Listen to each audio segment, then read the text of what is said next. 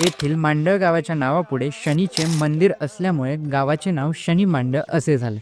येथे घडलेल्या प्रसंगानुसार शनी महाराज आणि राजा विक्रमादित्य यांच्या काळातील जिवंत पुरावे येथे पाहायला मिळतात. जसे की तांबापूर नगरी आज इथे अस्तित्वात नाही, परंतु शिलालेख आणि दगडावरील शिल्पकलेच्या मूर्त्या आज येथे पाहावयास मिळतात. या ठिकाणी तांबापूर नावाचे ब्रिटिशकालीन धरण कालांतराने निर्माण झाले आहे.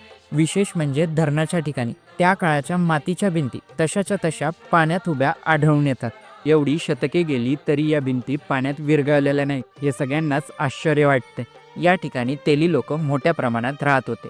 त्यांच्या नावावरून तिलाली हे गाव शनीमांडा गावाजवळच असून या ठिकाणी राजा विक्रमाने तेली लोकांकडे तेलाचा घाणा हाकल्याची हकीकत आख्यायिकेमध्ये आहे. देवदार जंगल, अमरावती नदी असे अनेक पुरावे येथे आज अस्तित्वात आहे.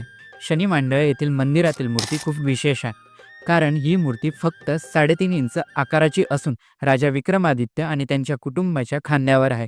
स्वयंभू शनी मूर्ती शनी मांडळ येथे बोरीच्या झाडाखाली गावकऱ्यांना साधारणतः विक्रम संवत्सर 2078 वर्षापूर्वी ही मूर्ती सापडली होती. शनी मांडळ येथे घडलेली संपूर्ण कथा आपण पुढच्या व्हिडिओमध्ये पाहूया.